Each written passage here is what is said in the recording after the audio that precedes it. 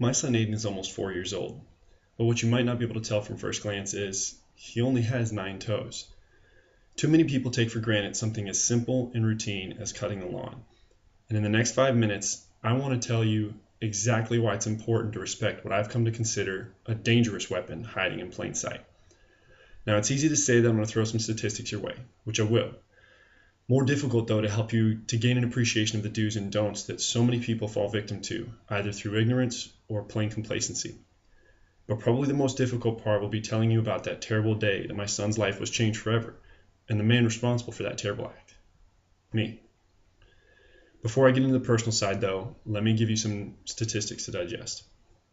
According to an online article titled The Risks of Lawn Mowing, published by George Mason University, some of the most common injuries related to lawnmower accidents include lacerations, tripping and falling over the lawnmower, slipping and falling while mowing, amputated toes from feet slipping under the mower, back injuries from pulling on the cable to start the mower, ankle sprains, shoulder strains, and back pain from pushing the mower. And the fact is that the chance of a non-fatal accident occurring with a lawnmower is 1 in 3,800, while for males the danger is significantly higher at 1 in 2,600, and for females much lower at 1 in 7,200. According to the U.S. Consumer Product Safety Commission, more than 200,000 people, 16,000 of which were under the age of 19, were treated for lawnmower-related injuries in 2007. More than 600 children undergo amputations each year as a result of lawnmower-related injuries. And the fact is that restorations of amputated appendages is much more difficult for young children than it is for adults. And this is due to the restrictive nature of the smaller internal body structure.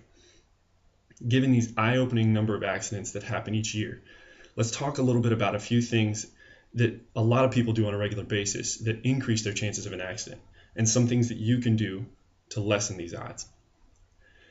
The most important thing you can do to protect yourself and your family is take your time and be aware of your surroundings and prepare your areas before you mow.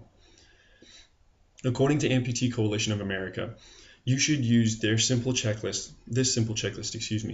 before starting your lawnmower, which is based on information that they gathered from the American Academy of Pediatrics.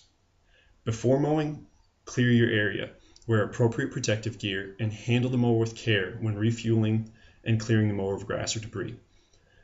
While mowing, only use mowers with automatic shut-off abilities, and never mow in reverse unless it's absolutely necessary.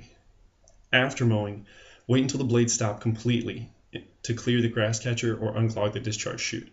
But most importantly, make sure children are indoors or a safe distance away from your mowing area, and always remain aware of where your children are. Never let them near the area that you're cutting. As simple as a lot of this guidance is, believe me, too many people commit more don'ts than do's, including myself. On April 14th, 2012, my son Aiden ran out the back door and directly into my path as I was cutting the grass. The truth is that I wasn't doing what I should have been.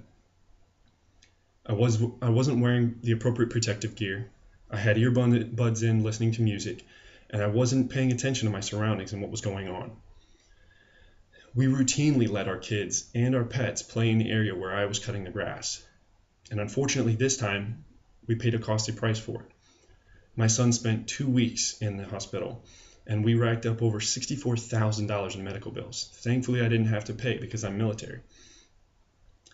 Aiden also had to endure intensive rounds of antibiotic treatments to make sure that he didn't contract any sort of diseases from the blade of the cutter.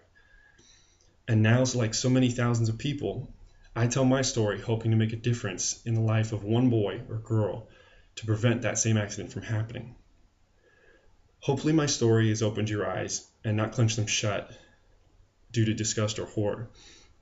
And hopefully by sharing some good safety tips and statistics on lawnmower related incidents, I was able to convince you of the vital importance this issue plays for every day in the lives of you and your family.